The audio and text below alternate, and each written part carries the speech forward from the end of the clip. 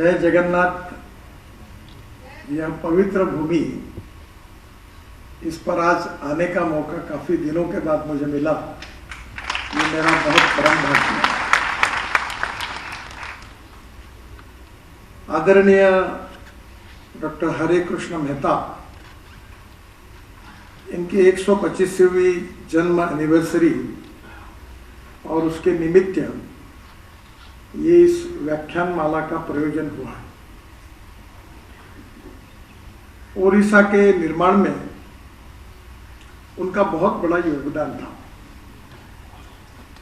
विशेष रूप से भविष्य का ओडिशा कैसे बने, उसकी उनकी एक विजन थी। विजन इसलिए महत्वपूर्ण होती है कि हम अक्सर ये कहते हैं कि you can donate I but you can not donate vision. आंखें दान दिए जा सकते हैं पर विजन दान नहीं की जा सकती। और इसीलिए उनके व्यक्तित्व के बारे में हम सब लोगों को विशेष रूप से अभिमान है कि राष्ट्र के निर्माण में, आधुनिक इंफ्रास्ट्रक्चर निर्माण करने में उनने विशेष रूप से जो हीराकुंड डैम का निर्माण किया, वो अपने आप में मुझे लगता है कि एक बहुत महत्वपूर्ण घटना है। ये जो डैम है आज भी देश का सबसे 26 किलोमीटर लेंथ का इतना बड़ा डैम, ये बनाने का एक विजन उन्होंने उस समय रखी और निश्चित रूप से उससे ओडिशा को बाढ़ से मुक्त करने की और किसानों को पानी और इससे हाइडल पावर भी तैयार करने के लिए उसकी शुरुआत भी हुई। जिस प्रकार से वो एक लेखक थे, अच्छे साहित्यिक थे, वैसे सामाजिक आर्थिक परिवर्तन के लिए भी उन्होंने विशेष रूप से प्रयास किया। सामाजिक आर्थिक परिवर्तन अगर करना है तो एजुकेशन, शिक्षा बहुत महत्वपूर्ण है। और इसलिए आज भी मुझे बहुत खुशी है कि उन्होंने जिस शिक्षा संस्था की स्थापना की, उसके पीछे उद्देश्य यही था कि हमारे यहाँ के जो भविष्य के नागरिक है, हमारे युवा है, उनको अच्छी शिक्षा मिले।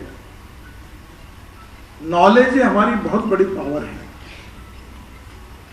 मैं अक्सर एक बात याद रखता हूँ कि innovation, entrepreneurship, science, technology, research, skill and successful practices, we name it as knowledge, and conversion of knowledge into wealth is the future। और इसलिए नॉलेज जो है ये बहुत ही महत्वपूर्ण है। नॉलेज अलग अलग क्षेत्र में है और जिस क्षेत्र में हम अध्ययन करते हैं, चिंतन करते हैं, मनन करते हैं, तो ज्ञान के कारण हमारी प्रगल्भता भी बढ़ती है, हमारा व्यक्तित्व भी बनता है और हमारा कर्तृत्व और नेतृत्व को भी एक दिशा नहीं मिलती, दिशा तो मिलती और उसके साथ साथ उससे एक रिकॉग्निशन और रिस्पेक्ट भी मिलता है। और इसलिए शिक्षा हमारे लिए बहुत महत्वपूर्ण है और इसलिए उन्होंने निश्चित रूप से शिक्षा के क्षेत्र में जो कुछ नींव रखी, उसका भव्य स्वरूप आज हम सबको देखने के लिए मिलता है। जो भगवत गीता, जिसका संबंध हमारी इतिहास, संस्कृति और विरासत से है, क्योंकि आप सबको मालूम है कि हमारे देश का इतिहास, संस्कृति, विरासत, ये जो भूतकाल का इतिहास है, इसका वर्तमान काल में इसलिए अध्ययन करना चाहिए कि भविष्य की सही प्रेरणा उस इतिहास से मिलती है। और इतिहास, संस्कृति और विरासत हमारे साहित्य के साथ, हमारे अलग अलग प्रकार के इतिहास के साथ जुड़ा हुआ है। भगवत गीता के बारे में काफी कुछ लिखा गया है और गीता का ये अनुवाद उड़िया भाषा में उन्होंने करके एक प्रकार से गीता को पहुंचाने की आम आदमी तक कोशिश भी की है। एक फिलोसोफर ने बहुत अच्छी तरीके से कहा है कि पर्स एंड पर्सन व्यक्ति, पैसा और व्यक्ति, इसमें व्यक्ति महत्वपूर्ण है। पर्सन एंड पार्टी, व्यक्ति और संगठन, इसके बीच में संगठन महत्वपूर्ण है। एंड पार्टी एंड फिलॉसफी, यानी व्यक्ति और सिद्धांत, वैचारिक सिद्धांत जो होते हैं, फिलॉसफी होती है, वो फिलॉसफी सबसे महत्वपूर्ण होती है। हमारे जीवन में रोज जिस प्रकार से हमको खाने के लिए रोटी चाहिए, चावल चाहिए, वो जीवन जीने के लिए बहुत आवश्यक है। हमारे स्वामी विवेकानंद जी ने कहा है कि no philosophy can be taught to empty stomach. खाली पेट को कोई तत्वज्ञान नहीं पढ़ाया जा सकता, और इसलिए रोटी आवश्यक है। पर रोटी और चावल खाने के बाद अगर जीवन जीना है तो कैसे जीना चाहिए, किस लिए जीना चाहिए, उसका सार क्या है, ये स्वाभाविक रूप से अगर समझना होगा तो उसका संबंध जो हमारे इतिहास के साथ है, हमारे जीवन मूल्यों के साथ है, वैल्यूज। हमारे यहाँ अलग अलग राज्य है, उनकी भाषा, उनकी संस्कृति, उनके रहन सहन अलग अलग प्रकार की है। पर हम अक्सर इस बात को दोहराते हैं कि अनेकता में एकता, यही हमारी विशेषता है। और इसलिए स्वाभाविक रूप से ये जो हमारी विशेषता है, साहित्य, संस्कृति, कला, इसका संबंध हमारे समाज निर्मिति से है। और समाज की जो निर्मिति होती है वो व्यक्ति से होती है, क्योंकि आखिरी व्यक्तियों का समूह, इसको ही समाज कहा जाता है। और हम एक सुसंस्कृत, सुशिक्षित समाज के निर्माण करने का सपना हमने हमारे सामने रखा है। और ये सुसंस्कृत समाज अगर बनाना है तो शिक्षा का भी उतना ही महत्वपूर्ण योगदान है। और मुझे लगता है कि इतिहास, संस्कृति और विरासत से हमको वो मिलता है। मुझे बड़ी खुशी हुई कि जब डॉक्टर मेहताब जी स्वाधीनता के आंदोलन में हमारे महाराष्ट्र के अहमदनगर जेल में थे, तो उन्होंने विशेष रूप से हिस्ट्री ऑफ ओडिशा ये किताब लिखी। ये उस समय की, देखो इतिहास तो बदलते रहता है, जो कल है वो आज नहीं, आज है वो कल नहीं, बदलते जा रहे हैं, कपड़े बदलते जाते हैं, रहन सहन बदलते जाती है, खान पान बदलते जाता है, ट्रांसफॉर्मेशन होते रहता है और पीढ़ियां बदलती जाती है। जिसका जन्म होता है उसका मृत्यु अटल है। ये हमारे सृष्टि का यावत चंद्र दिवाकरो ऐसा नियम है, इसके लिए कोई अपवाद नहीं है। जन्म हुआ तो मृत्यु होना भी होना ही है।